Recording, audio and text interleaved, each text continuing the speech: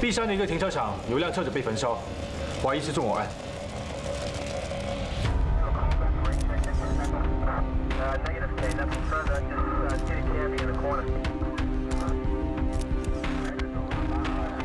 车子被烧时，我有2名警员正好在现场附近，他们马上通知了民防部队。5分钟后，我跟搭档抵达现场，我们封锁了现场，同时确认没有人受伤。8分钟后，民防部队就赶到现场，把火势扑灭。这次你看错人了。你在说什么？我们的局长一听到发生纵火案，就第一时间赶到现场，才不像你说的那样，拍拍屁股就回家睡大觉。那又怎么样啊？他只是来看看，随便说几句话罢了，又不用做什么，还不是比我们轻松？我不是说了吗？学长，你的脑袋不比他的好啊。这场火居然在这么短的时间内烧得那么猛烈，的确很不寻常。我们询问过附近的民众，没有人听到响亮的爆炸声，我们也找不到爆炸物。民防调查员做了初步的分析，车子的燃烧起点是由车轮开始的。我还以为是从油缸开始燃烧，从车轮开始，怎么会造成这么急的火势？通常，如果车轮没有经过激烈的摩擦，是不容易燃烧起来的。可是当时车子根本没有动，所以他们才会怀疑这是一宗纵火案。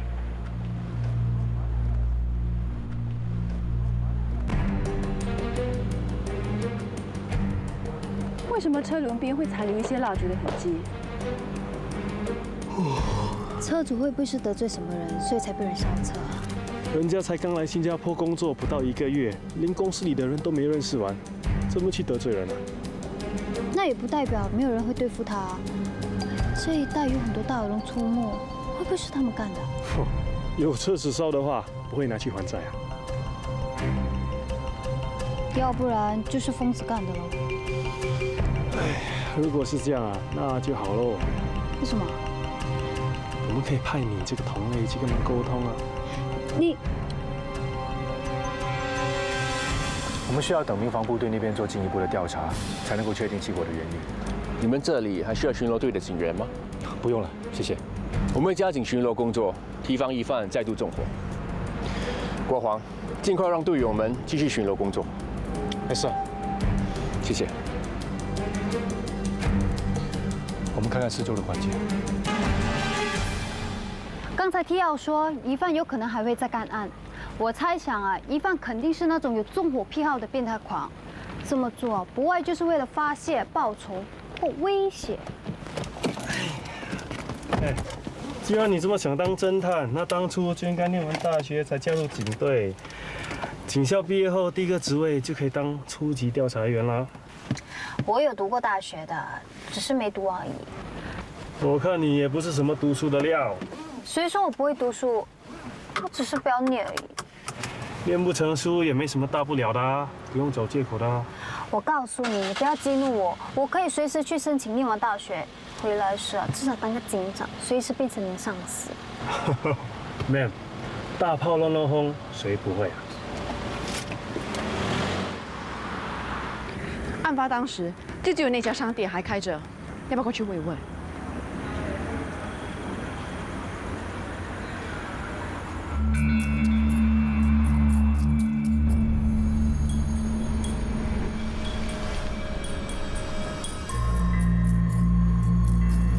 今天什么日子啊？今天不是农历初一、15，这2天也没有什么节日，应该不会有人在街头拜祭的。你看这个，好像是寿衣店的拜祭品，会不会是有人在这里拜祭死去的人？你认为这些拜祭品和案件有关？还不确定。不过有时候越不起眼的东西，很可能就是破案的关键。你去那边询问一下店主。好。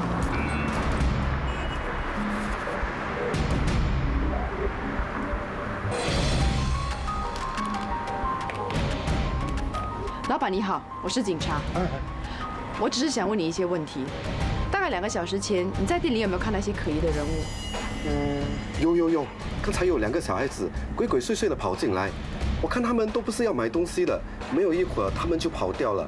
后来我查看一下，好像不见了一只打火机哎。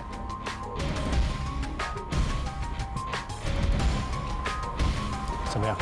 案发当时有2名大约是30、14岁的青少年走进店里买东西。过后，店主发现不见了一只打火机，就怀疑是这2名青少年偷走的。你说这2名青少年会不会跟纵火案有关？任何在案发现场附近出现的人，都有可能是纵火的疑犯。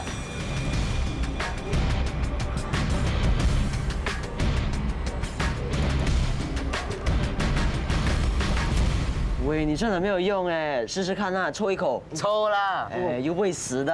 真的抽啦！你没懂哎，抽啦！现在已经几点了？为什么你们还没有回家，在这边抽烟？我们抽烟关你们什么事？你们是谁？哎，去别的地方抽啦！啊，走啦，走啦，走啦，走啦，一起走啦！我们是警察。把你们的学生证拿出来。快点。书包里面什么东西啊？没有东西。给我检查一下可以吗？才13岁就学人家抽烟，如果你们的爸爸妈妈知道了，一定会很难过的。我们只是好奇玩玩而已，你不要告诉我们爸爸妈妈。你们的父母这么辛苦把你们养大，你们不好好爱惜自己，抽烟来弄坏自己的身体，你们知道香烟害死多少人吗？Sorry， 我们以后不敢再抽了。你的包呢？我已经记录了你们的名字，如果你们再犯的话，我就会通知你们的家长还有学校老师。我们以后不敢再抽了。吴永健，为什么你不说话？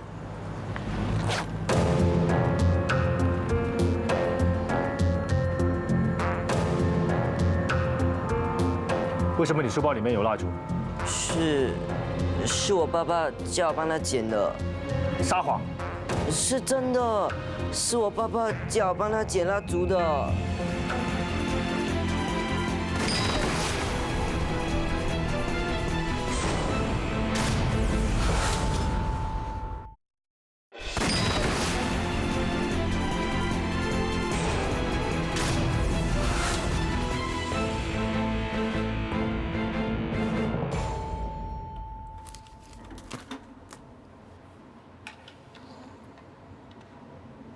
你真的不知道爸爸去了哪里啊？爸爸已经2天没有回家了，你不担心啊？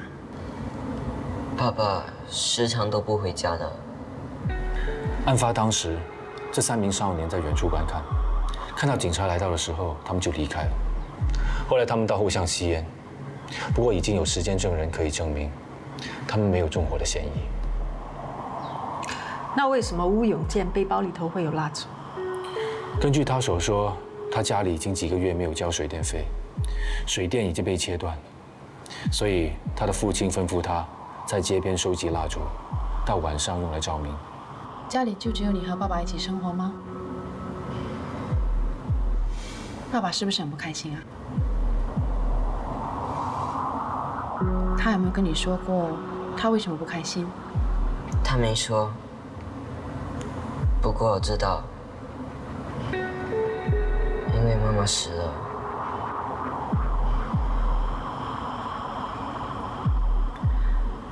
妈妈离开多久了？7个月了。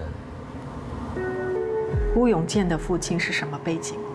到目前为止，我们只查到他的父亲叫吴启华，43岁，在一家运输公司当货车司机。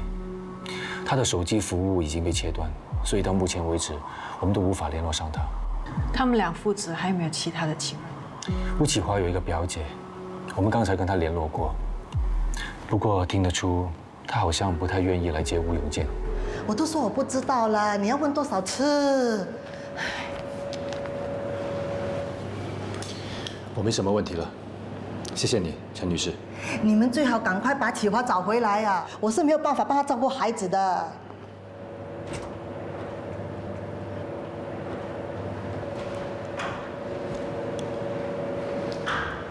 永健，这里有我的电话号码，有什么事呢，你就打电话给我。如果你看到你爸爸，马上通知我们，知道吗？好了没有？我们可以走了吗？啊，走了走了，电梯来了，快点啊！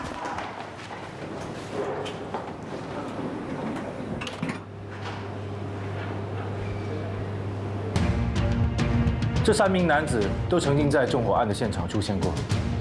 经过调查，以吴启华的嫌疑最大。根据吴启华的表姐陈女士的说法，在7个月前，吴启华的太太陈美丽因为发现她的丈夫在外面有外遇，在住家坠楼自杀。过后，吴启华就一蹶不振，常常不上班，而且负债累累。在4天前，他已经被运输公司解雇了。那大家在案发现场时，还有没有其他的发现？一名目击者在案发后大约5分钟左右，曾经看到一名中年男子被人追逐。根据目击者的形容，这名被追逐的男子跟吴启华很相似。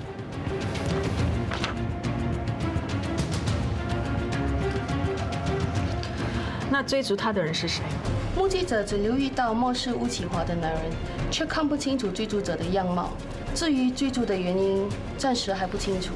吴启华可能因为妻子的死，产生了内疚的心理，似乎有点自暴自弃，同时也因为负债，这种种的生活压力导致他的情绪不稳定。刚才我觉得吴永健在述说案发过程时，应该是隐瞒了一些事情。车子被烧之前，你在现场有没有看到什么可疑的人？你有没有看到什么人走向车子被烧的地方？我怀疑他在案发当时应该是看到可疑的人物，可是却故意不说。你是说吴永健可能看到他父亲出现在案发现场？吴启华的家刚好在案发现场附近，他的确有可能在那里出现。我们在现场附近也找到一些烧剩的祭品，吴启华会不会是在那边拜祭他的太太？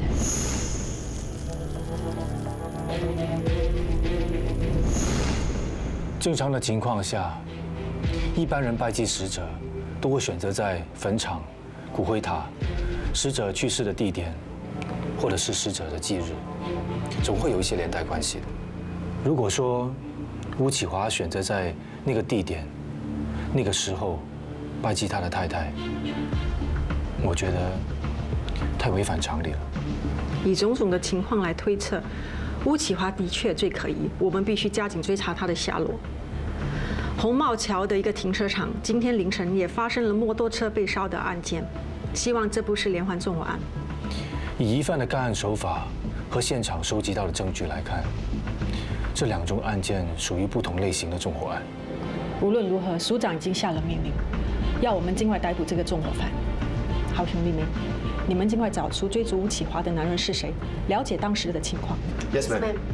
廖家心怡，你们从吴永健那里着手，套出他的真话。 Yes, ma'am. 哎，你的家境应该相当不错的吧？为什么这么说？看样子就知道啦。如果不是娇生惯养，怎么会是这种性格啊？干嘛？你想说我很刁蛮啊？哦，是你自己说的。我可不是那种千金大小姐，我现在是自力更生，完全不靠家里的。那就没错了，你家里一定是很有钱。喂，你是不是打听过我的家庭背景？我只需要问你2句，就大概知道你的家底了。你是怎么看出来的？刚才你提到自己不用依靠父母时，还好像很自豪的样子。只有像你这种有钱人家的孩子才会有这种反应，很了不起哦。我在16岁那年呢，就不用靠父母了。那又怎样？我的家境又跟你无关。别这么气，我只是有点好奇，为什么你会来当警察？我只想证明自己能够独立生活，就算工作再辛苦，我也能够坚持下去。看你的样子，是不是在跟父母斗气啊？我又猜对了。有的念大学都不念，真是身在福中不知福啊！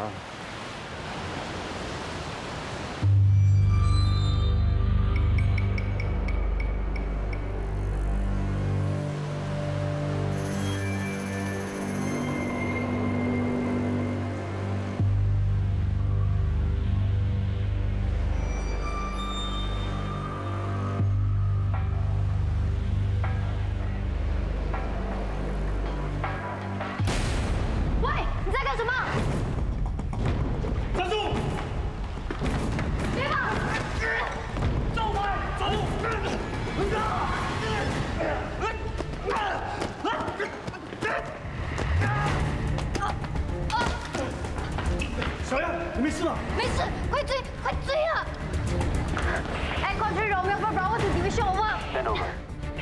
Echo 3 Lima Bravo to Division over. Stand over. I'll proceed to assist my Echo 2 Romeo 4 Bravo. Roger.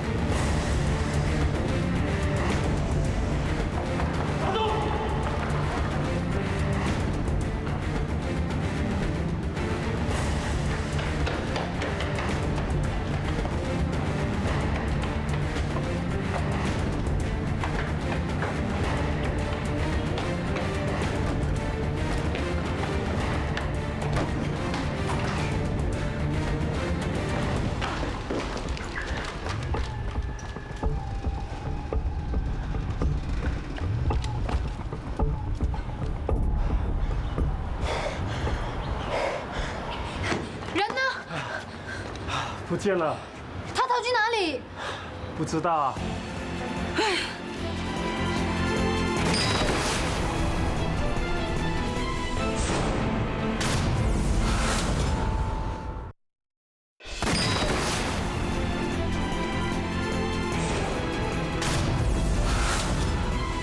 我们看到那名男子有点古怪，所以就在暗中观察他。当他拿出打火机时，韩小阳就上前喝问。他看到我们是警察，就马上逃走。他拿出打火机干什么？不知道。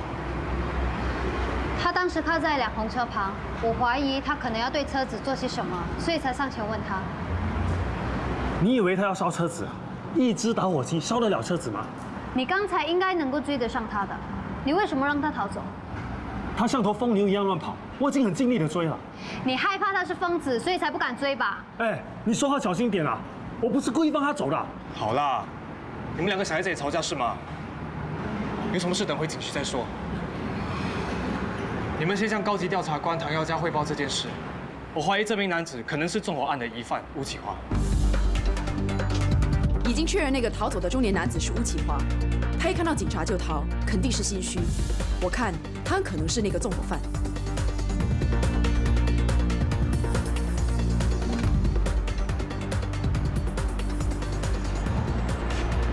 原来他还跟大耳东借钱。他这2天不敢回家，应该是为了避债。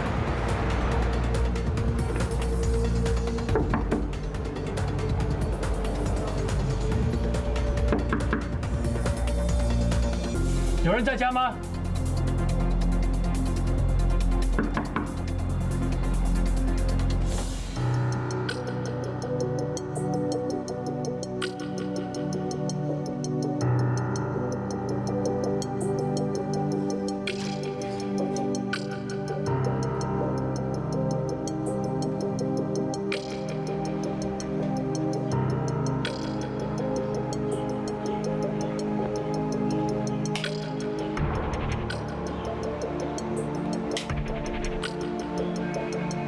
电源真的被切断。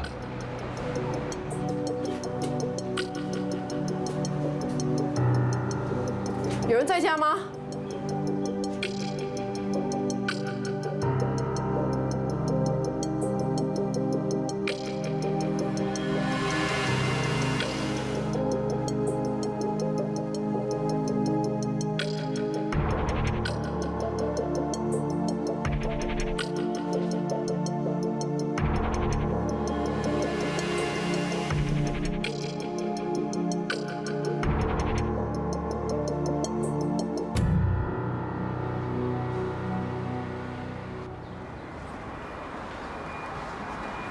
看来他们真的是用蜡烛来照明。证明吴永健没有说谎。他家的电源被切断了10多天，吴启华都不闻不问。看来他真的是到了穷途末路。我猜吴启华应该是通过纵火来泄愤，就好像一些人会破坏公物来宣泄对社会的不满一样，这就是他的动机。他只是情绪不稳定，但肯定不是精神失常，所以不至于失去判断能力。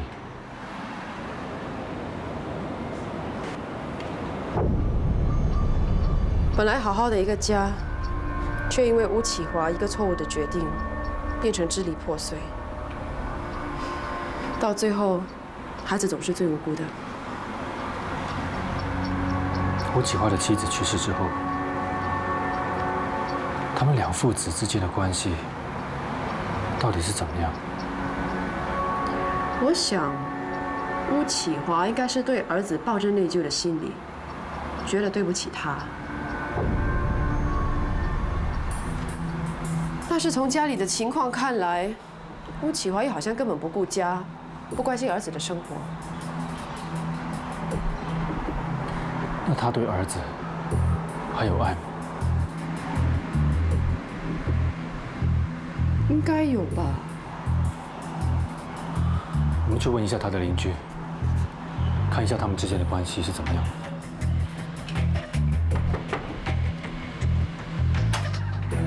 安哥你好，不好意思打扰你一下，我是警察，我是想问你关于你的邻居巫启华先生的一些事。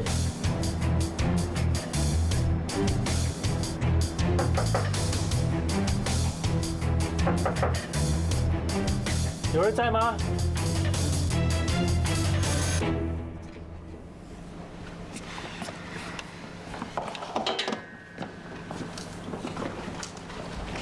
哎，刚才我已经追得上气不接下气了。就算你要怪我，最多只是怪我体力不好，追得不够快。怎么能说我故意追不到疑犯？太过分了！你平常表现得这么怕事，你不能怪我这么想的。你知不知道你这么说是很严重的？局长会认为是我失职，你是不是要我丢了这份工作？我又没说你失职，是你自己想得太严重。如果我因为这样被辞退，就是你害的。张桂香、韩小阳，你们还在这里干嘛？快去开会，去啊！我就知道，迟早会被他害死。他只是一气之下才会说出那番话，你不要放在心上。一气之下就可以乱说话？你看吧，田耀社平时就处处针对我，等一下他一定会责备我工作不认真，办事不力。你紧张什么？现在谁针对你啦？放心吧，队长是个明白事理的人，他不会妄下定论的。最好是这样啦。我相信你。Thank you, ma'am。你是怎么了？我记得你刚来警局时，体能测验还拿过金牌，现在追一个人却气喘如牛。年纪大了吗？这是借口。有个伟人说过，如果你希望有所改变，就得从自身做起。我会努力的。去开会吧。这名男子叫巫启华，今年43岁。我们怀疑他跟昨晚发生的纵火案件有关。今天早上他出现在碧山11街，之后就不见踪影。从今天开始，除了出国休假的同事，其他人必须取消假日。明天我们将会进行便衣行动，寻找巫启华的踪迹。那些有紧急事务需要处理的，可以来找我，我们再做安排。哎，当警察吃口饭啊，真的难吃啊。秀芳，你还有什么需要补充的吗？如果我们不尽快逮捕这个纵火犯，他很有可能会继续干案，到时候就会有更多的休假日回来上班。所以请大家忍耐一下，尽力把这个疑犯找出来。Yes, ma'am。还有什么问题吗 ？No, sir。如果没有的话，大家回家好好休息，明天早上7点之前回来这里集合。Yes, sir。哎，为什么那个家伙不去别的景区放火，害我没得休息啊？你刚才如果把那个巫启华抓回来的话，我们就不用牺牲休假了。哎，这件事已经是我心里永远的痛了，你还落井下石？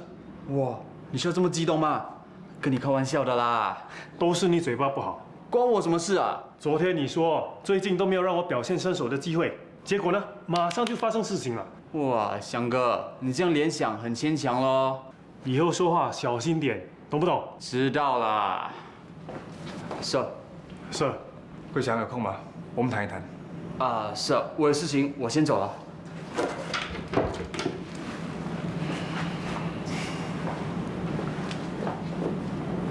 是，我真的不是故意追不上吴启华的，你不要听韩小阳乱说。刚才我到达现场的时候，看到你脸青青的，肯定不是在假装。更何况，我也不认为你会故意追不上吴启华。你相信我就好。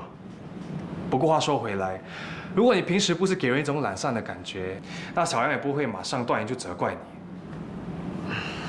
我也知道，那我以后表现得积极一点哦。好了，其实我找你不是为了谈这件事，不如我们一起吃早餐再谈。你有空吗？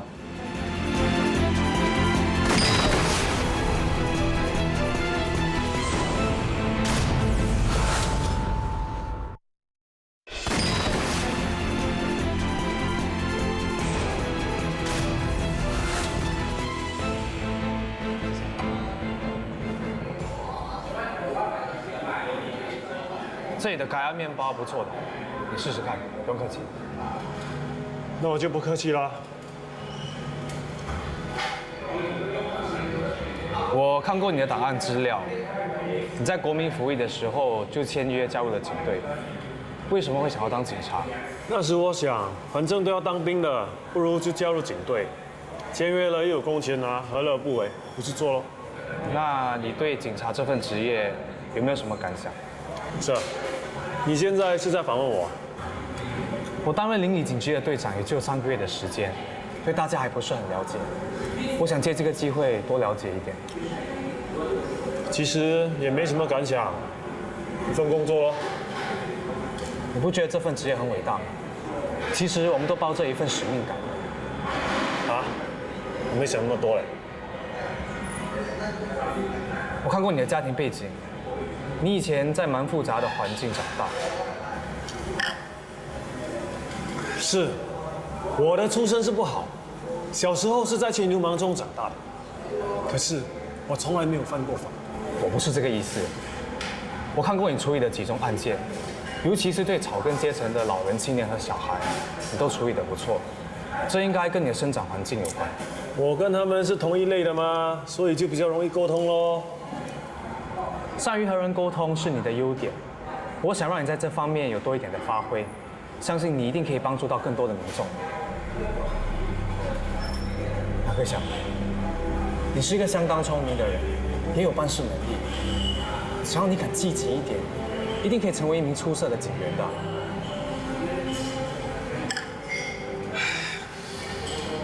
老实说，我就像是一只趴在玻璃窗的苍蝇，就算外头前途光明，我也永远飞不出去的。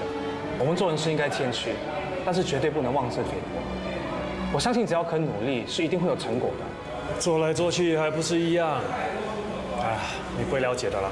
我知道，身为一名前线警员，不是在柜台面对公众，就是出外巡逻，有时候还要面对一些很无理的指责。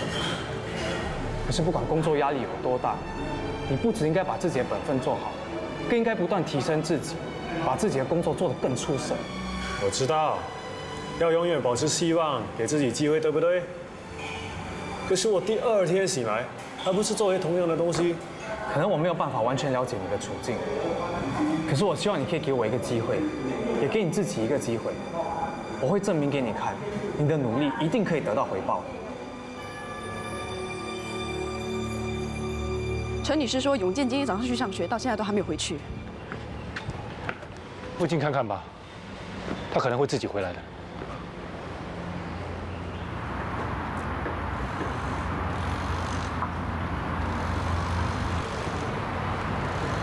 哎，他这人在这里。哎，我们在这里观察他们。你是想等吴启华来找永健是吗？吴启华现在已经走投无路，他被追债，连家都不能回。我是希望他还挂念儿子，回来见他一面。虽然机会不大，也是没有办法的办法。刚才听邻居说，自从陈美丽去世以后，他们两父子就很少交谈，通常都各有各的生活。虽然吴启华还关心永健，不过因为自己本身的问题，所以无法照顾永健的生活起居。那永健知不知道他母亲自杀的原因？这我不清楚。那天问陈女士，她说他们一直都瞒着永健，不让他知道父亲有外遇的事。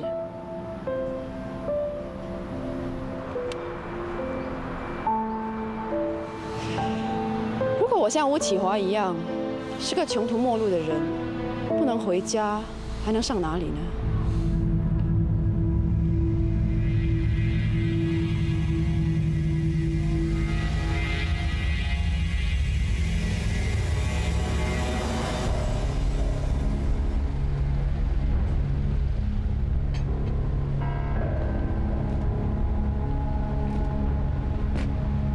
给我2瓶活水。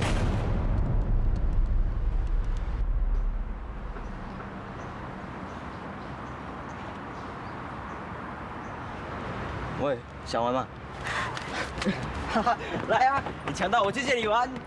来啊，这里，来啊，这里。喂，快点啊！快点，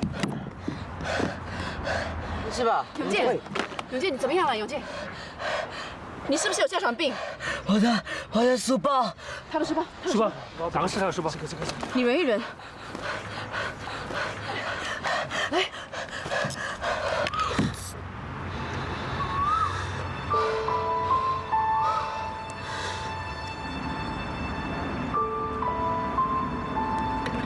没事了吧？我们带你去看医生好不好？不用，我没事。你为什么不回你表姑的家？他不喜欢我，我也不喜欢他。我想回家。现在暂时没有人照顾你，你年纪又这么小，又怎么能一个人生活呢？我可以照顾自己的。你们让我回家好不好？永健，你听话好不好？你就暂时先住在表姑那边，等我们找到你爸爸后，我们再看怎么样安排。爸爸不会回家的。你为什么这么说？你们要抓他，对不对？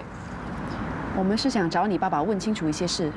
昨天晚上车子被烧的时候，你在现场是不是看到你爸爸在那边出现过？永健，你不要怕，你把你看到的都跟我们说，我们会保护你的。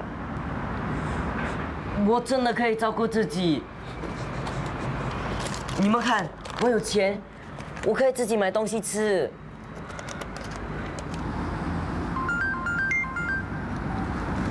喂，好，马上回去。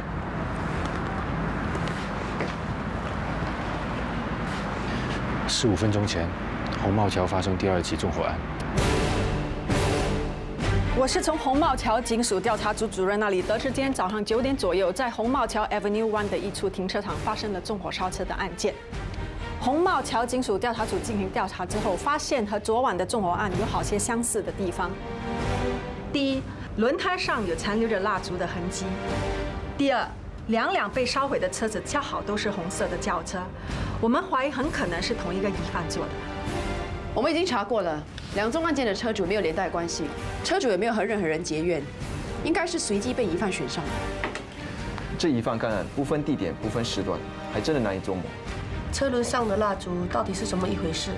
民防部队还在调查疑犯纵火的手法，虽然还不能确定和轮胎上面的蜡烛有什么关联，不过因为2辆车都是先从轮胎开始烧起，不排除蜡烛是致火的原因。案发前有人看见巫启华在红帽桥中心出现过，他在那里干什么？还在调查当中。不过2次发生汽车纵火案都发现巫启华在现场，他现在更有可能是纵火犯了。这个我有保留。疑犯干案有一定的行为模式，他所选择的目标、所用的方法都很特殊。我觉得他是一名惯犯，不止烧过2辆车。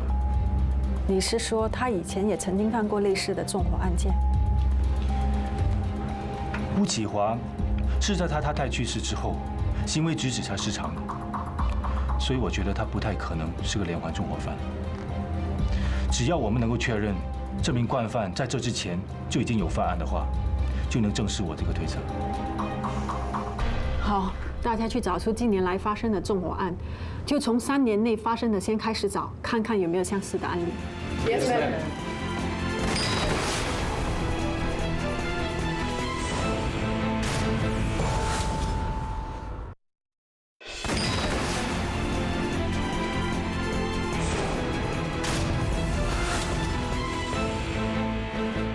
半年前，我刚当上初级调查员，每天都要应付一些很琐碎的案件，做到麻木了。那个时候，我真的不知道自己在做什么，我感到很迷失，开始怀疑这份工作到底适不适合我。当时，我正在调查一个小孩失踪的案件，就是照片里这个小男孩。我找到他，把他送回家。当他的奶奶看到小孙子回家时，他脸上的那种喜悦，我真的是无法形容。他不停地跟我说谢谢。就在那个时候，我忽然感觉到这份工作有着非凡的意义。处在我们的岗位，是有很多机会可以帮助人。你就是因为这样留下来的。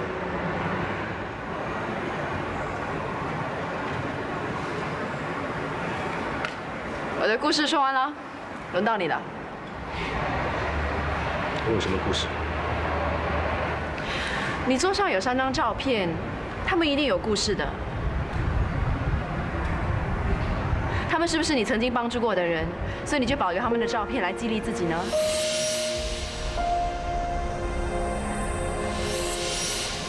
错。第3张照片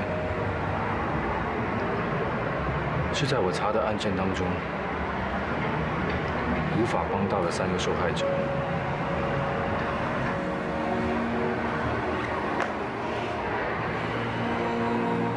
一个男的，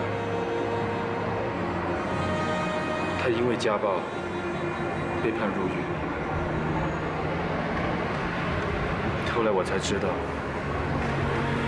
原来他的妻子在他的背后做了很多对不起他的事。他是一时冲动才动粗的，结果他失去了工作，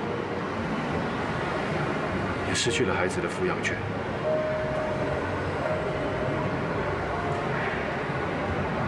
在绝望之下，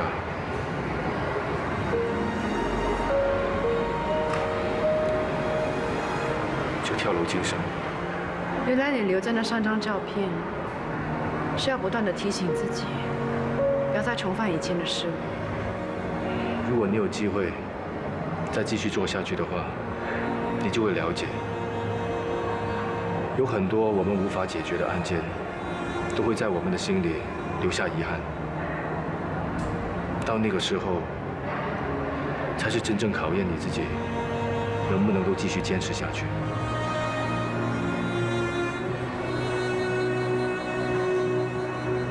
我听你这么说，忽然感觉自己好像很肤浅哎，只记得自己的成绩。不用说的那么严重，保持积极的心态，才能够好好的工作。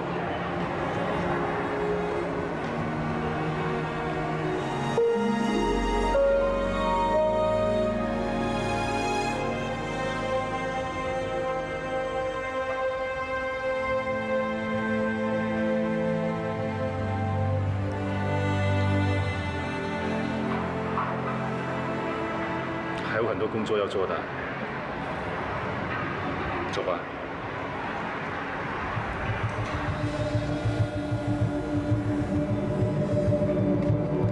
今天我们以便服进行埋伏任务，在几个疑犯出现过的地点进行搜索，同时我们也会调派志愿特警和国民服役警员来配合这一次的行动，紧密监视任何突发状况。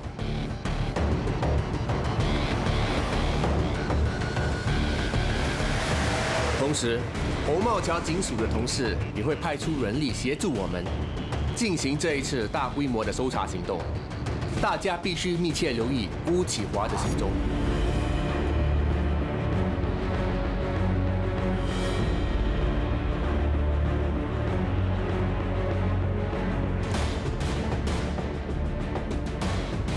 调查组刚提供了新的讯息，这名疑犯很可能不止干下2宗案件，是个危险的连环纵火犯。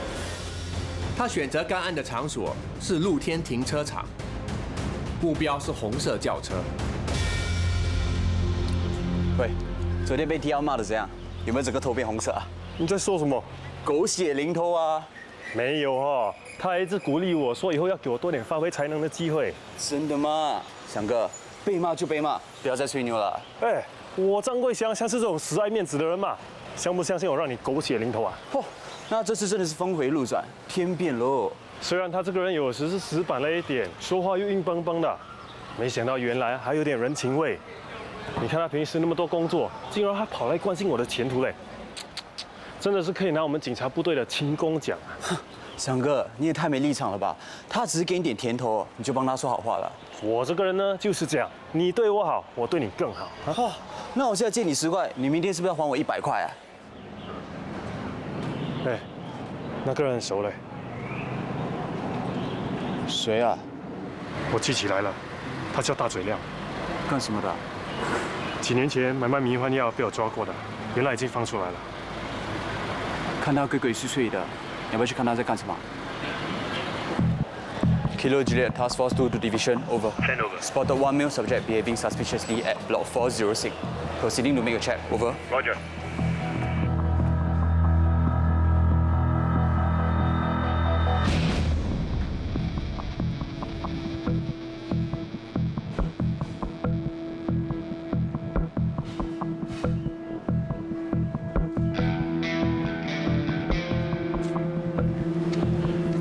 大石亮，你在这里干什么？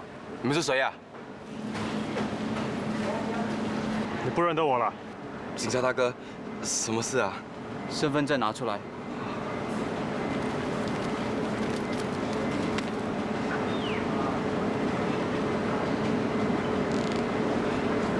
你还在卖药？没有，我已经改行了。做什么？我在巴山卖鱼啊！你在骗谁啊？你在这里干什么？快说！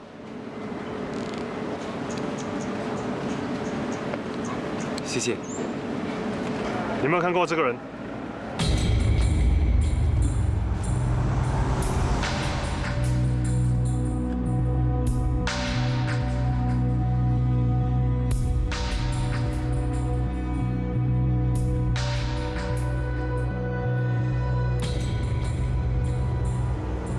你是不是认识巫启华？没有，我不认识这个人。放开我！放开我！我没有犯法。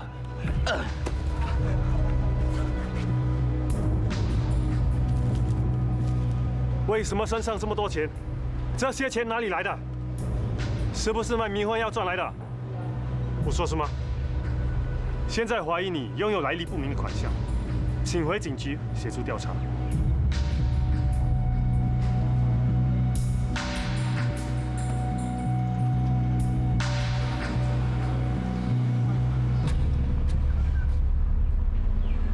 翔哥，那边还有一个停车场，要不要去看看？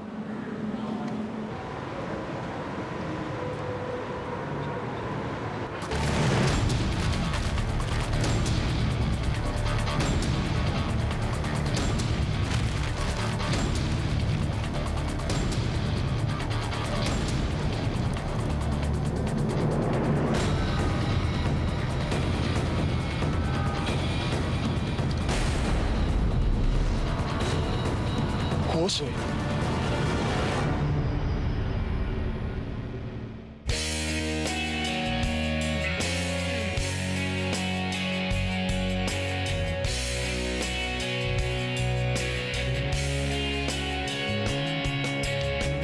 我懂有些包容，你们从来没对我讲。我懂有些祝福一直都在你们心上。可能很多时候我需要走得悄然，但是请相信那些抱歉，时间在帮我保管。我懂扛在肩上的责任有多少重量，我懂那份荣光总是在给我力量。庆幸你们的爱一直都在我身旁，有些付出不一定要补偿才算得上圆满，用一些满足填补灵